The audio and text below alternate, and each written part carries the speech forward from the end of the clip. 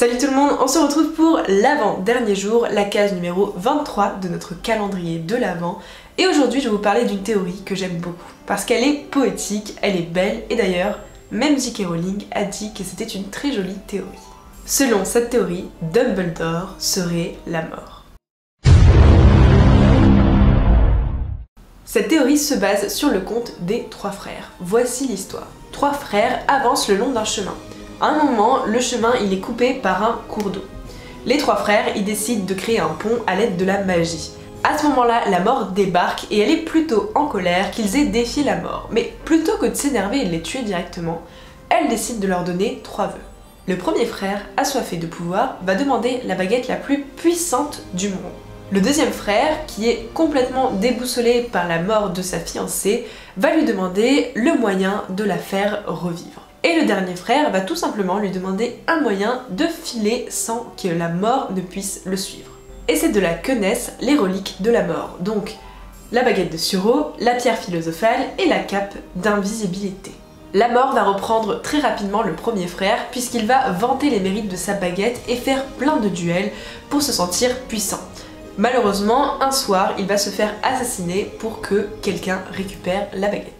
Le deuxième frère, la mort va plutôt vite le reprendre aussi parce que, tristement, sa fiancée est entre le royaume des vivants et le royaume des morts et elle en est très triste. Elle n'est pas du tout revenue à la vie comme on aurait pu le penser, elle est vraiment entre les deux mondes et elle est triste.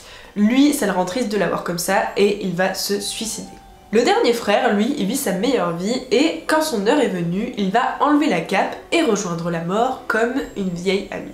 Selon la légende, le propriétaire des trois reliques deviendra le maître de la mort. Cette théorie affirme que le premier frère, assoiffé par le pouvoir, serait Voldemort. Le second, complètement anéanti par la tristesse, serait Severus Rogue. Et le dernier frère, qui aurait échappé à la mort de nombreuses fois parce qu'il était caché pour ensuite se rendre à la mort comme une vieille amie, serait en fait Harry Potter. Et pour couronner le tout, la mort serait Dumbledore.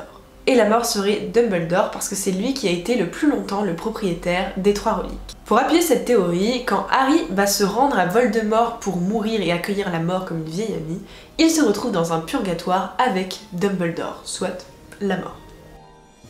Et voilà tout le monde, c'est ce qui clôture cette théorie. J'espère qu'elle vous aura plu. N'hésitez pas à me dire ça en commentaire, moi je l'aime beaucoup, alors même si J.K. Rowling ne l'a pas explicitement, validée, elle avoue quand même que c'est une théorie qui fait sens et qu'elle est très jolie et je suis plutôt d'accord avec ça. En tout cas, si cette vidéo vous a plu, je vous invite à laisser un j'aime et à vous abonner à la chaîne si c'est toujours pas fait et je vous retrouve à demain pour la dernière théorie de ce mois-ci. Bye! Méfait accompli.